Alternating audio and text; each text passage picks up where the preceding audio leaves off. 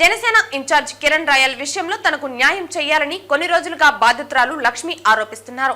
ఈ తరుణంలో సోమవారం లక్ష్మి తిరుపతిలో ప్రెస్ మీట్ నిర్వహించారు. ఇక్కడ అతని చేతుల్లో మోసపోయింది నేను ఒక్కదాన్ని కాదు. ఇంతకు ముందు మానస అనే అమ్మాయిని ఘోరంగా మోసం చేశాడు. ఆ అమ్మాయి దౌర్భాగ్యం ఏమంటే కన్న బిడ్డకు కూడా అమ్మాయి దూరం అయ్యి ఎన్నో బాధలు ఎదుర్కొని ఆ అమ్మాయి లైఫ్ అమ్మాయి ఎటో వెళ్ళిపోయింది. బిడ్డను వదిలి ఆ అమ్మాయి ఎంతో ఫైట్ చేసింది. ఆ తర్వాత నేను వచ్చాను. నాకు ముందు ఎవరున్నారో నాకు తెలియదు. నేను నా సమస్యల మొదటైన కారణమైన మహిళ ఎవరైతే ఉన్నారో ఆ అమ్మాయికి వాళ్ళ ఇంటికి వెళ్ళి నేను చెప్పాను. వాళ్ళ పేరెంట్స్తో నేను చెప్పాను, ఇలా అతను మంచివాడు కాదు, మీ అమ్మాయి మోసపోతుంది అని నేను వెళ్ళి వాళ్ళ ఇంటికి చెప్తే ఆ అమ్మాయి ఆ రోజు నాతో అంది, లక్ష్మి అది నా ఇష్టం, నువ్వెందుకు మా ఇంటికి వెళ్ళి చెప్పావు, నువ్వు వెళ్ళి చెప్పడం తప్పు కదా అని నన్ను ఆ అమ్మాయి ఆ రోజు క్వశ్చన్ చేసింది.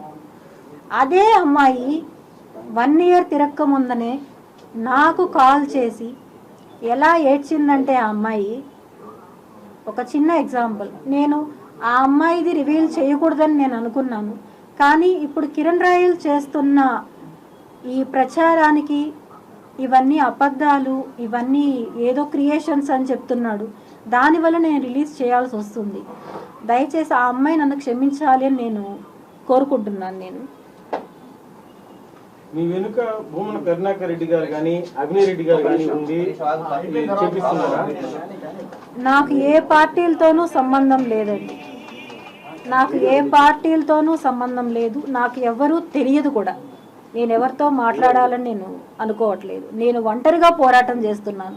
ఒంటరి పోరాటం చేస్తూనే అడుగుతున్నాను. నేను ఎక్కడ ఆడపడుచున్నా నిలబడతానన్న పవన్ కళ్యాణ్ గారిని, జగన్మోహన్ రెడ్డి గారిని, చంద్రబాబు నాయుడిని ముగ్గురిని అడుగుతున్నాను. నేను నాకు న్యాయం జరిగేలాగా చెయ్యండి, నాకు అండగా నిలబడండి.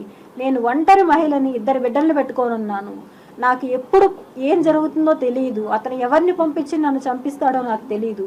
నేను చనిపోయినా కూడా, నన్ను అతను చంపేసినా కూడా నా బిడ్డలకి న్యాయం జరిగేలాగా చెయ్యాలని చెప్పి చేతులెత్తి నేను అర్థిస్తున్నా. నేను అందరినీ నేను దయచేసి 3 రాజకీయాల్లో ఎవరైనా సరే నాకు న్యాయం జరిగేలా చేయండి.